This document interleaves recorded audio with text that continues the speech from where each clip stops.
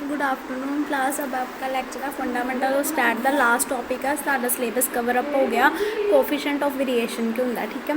पहले आंदा है कि कोफिशिएंट ऑफ वेरिएशन होंगे कि coefficient of variation is also known as a relative standard deviation, ठीक है। कोफिशिएंट ऑफ वेरिएशन आप रिलेटिव स्टैंडर्ड डिविएशन भी कहते हैं। Is the ratio standard deviation is meaning a you, इनू आप डोनेट की कहते हैं स्टैंडर्ड डिविएशन ले द साइन है मीन द यू है, ठीक है। क्लियर।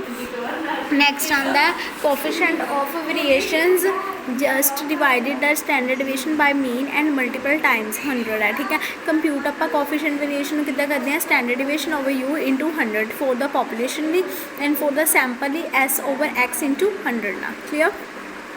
नैक्सट है साडा what is the coefficient of variation. द कहते coefficient of variation relative standard deviation है। इट है statistical measure of dispersion data point around the mean, ठीक है। कहते कोफिशिएंट वेरिएशन ओ है जिस रिलेटिव स्टैंडर्ड डिविएशन आप यूज़ करते हैं स्टैटिकल मेजर ली एंड डिस्पर्शन डाटा पॉइंटली अराउंड द मीन कढ़नी, ठीक है। And the metric is commonly use the compare the data dispersion and the metric commonly used to compare करते हैं पर data dispersion between the distinct series of data, ठीक है। Distinct series of data unlike the standard deviation that must always consider the content, context and the mean of a data. Clear. The coefficient of variation provides a relative sample है, ठीक है। एक relative sample है and quick tool to compare the different data series है। quickly आप compare करते हैं different data series दे accordingly किन्नू coefficient of variation। clear। Next कहते कि फाइनांस कोफिशिएंट वेरिएशन भी इंपॉर्टेंट इन्वेस्टमेंट सिलेक्शंस है, यदा भी इंपॉर्टेंट रोल चाहे रिस्क टू रिवर्ड होवे तो भी ratios in volatility risk investment आप करते हैं क्लियर करते हैं। क्लियर। उस तो बाद फॉर्मूला की है कोफिशिएंट वेरिएशन का, वो देखो coefficient variation standard deviation over mu into 100% निकाल दें।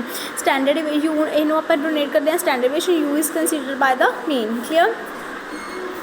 नैक्सट इधर देते हुए कि कोफिशिएंट ऑफ वेरिएशन अगर स्टॉक च 10% ओवर 14% इंटू 100 कटते हैं। कोफिशिएंट ऑफ वेरिएशन ETFT है तो 7% ओवर 13% इंटू 100 है। बॉन्ड के अकॉर्डिंगली 2% ओवर 3% इंटू 100% है। क्लियर। नैक्सट आंदा how to calculate the coefficient variations कि कोफिशिएंट वेरिएशन कैलकुलेट करते हैं CV अगर स्टैंडर्ड कोफिशिएंट वेरिएशन है तो standard deviation over mean into 100 करते हैं, ठीक है।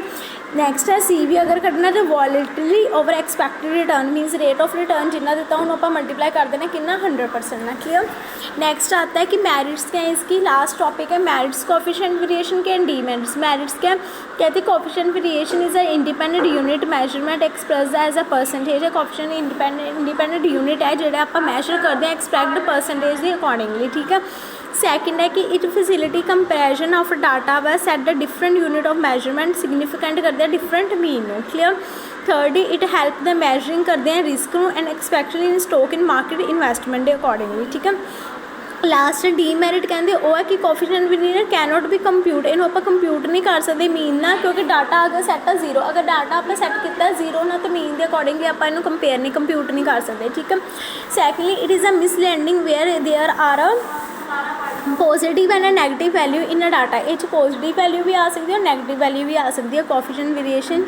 थर्ड है कि it can not be use to determine the coefficient interval mean in case of standard deviation. कहते हैं कि it can not be determine the confident of internal mean नहीं है इन केस स्टैंडर्ड डिविएशन भी आप use कर सकते हैं क्योंकि आप जो कोफिशिएंट वेरिएशन करना सानू स्टैंडर्ड डिविएशन भी चाहिए मीन भी चाहिए इंटू 100 ना मल्टीप्लाई करना तो होगा। क्लियर।